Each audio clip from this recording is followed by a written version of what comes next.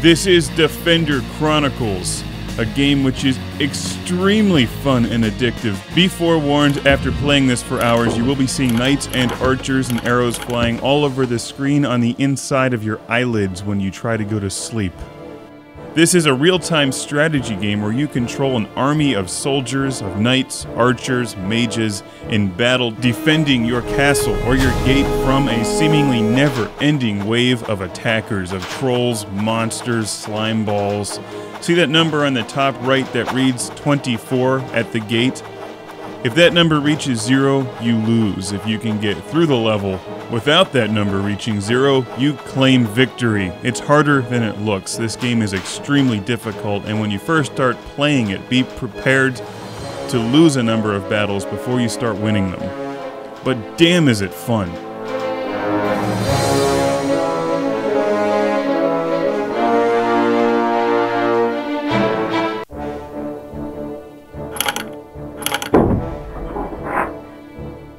You build units at those markers, and you see that I'm scrolling around the playing field with my finger on the iPod Touch.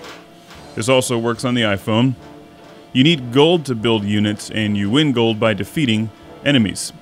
The game starts you off with an extremely small amount of gold, so you have to choose what units you'd like to build wisely. To build a unit costs 20 gold pieces. To upgrade them from there usually costs 10, then 20, then 30 and 40 and so forth. My general rule of thumb is that any unit which is a level 1 or 2 is useless.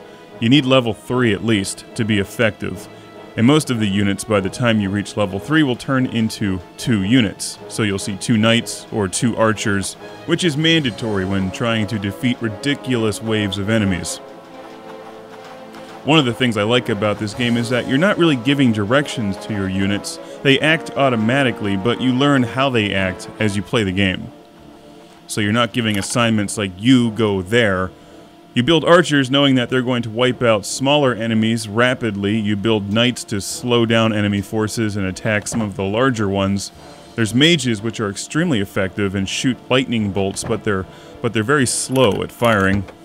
And then you have a general at the top or bottom of the screen defending your gate. Actually, sometimes he's in the middle of the screen, depending where your gate is.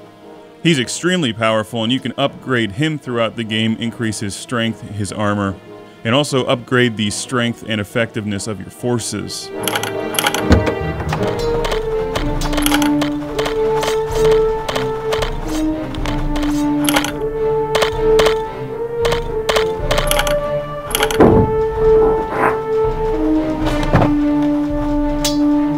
The more you play, you learn that you can let a few units by and let your general take care of them. If you can get through the first couple waves, you can then start actually building your forces and get a real defense in place.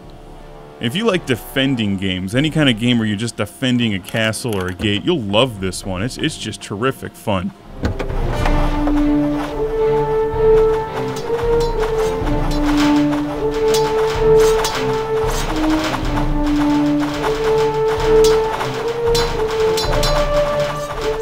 The more that you win battles and the more you play the game, you have some money that you can spend in the shop or whatever they call it. You can actually buy certain upgrades for units. And I bought something that when my, whatever those guys are called, the thieves or the trolls, they look like hobbits. When they get to be level 5, they will actually give their poisoning ability to whatever units are on either side of them. So giving archers poison is one of the most effective ways to wipe out huge masses of enemies in this game, because by the time they reach your gate, or by the time they reach your last line of defense, they're extremely weak because they've been poisoned. Haha! Oh, those green guys are tough. When you see them coming, it's time to build as many archers as you possibly can. With a bit of refinement, this game could easily make an excellent downloadable game for one of the major game consoles. But as it is, it's a tremendous game on the iPod. It works very well with the touch screen because you're touching the screen to make things happen, but your finger never gets in the way of gameplay, which frequently happens on many iPod games.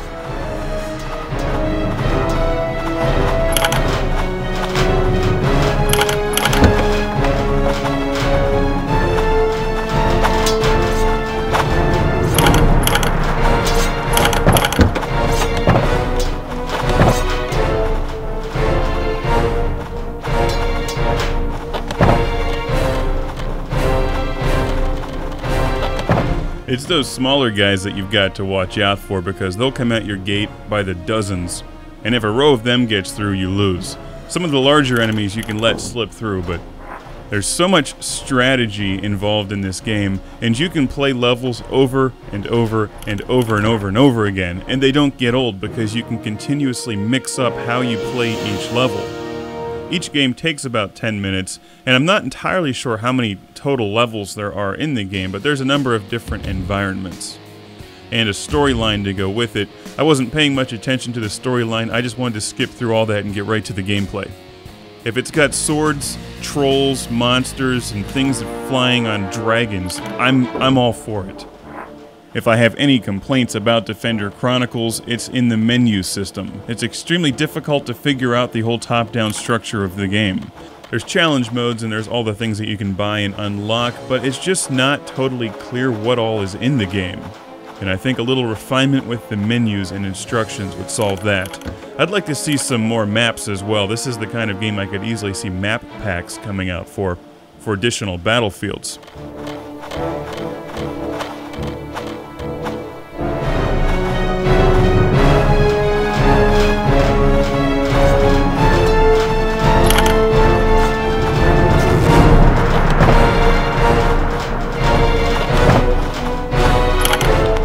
That's Defender Chronicles. I love this game. Old school style, new technology, great point and click and move system.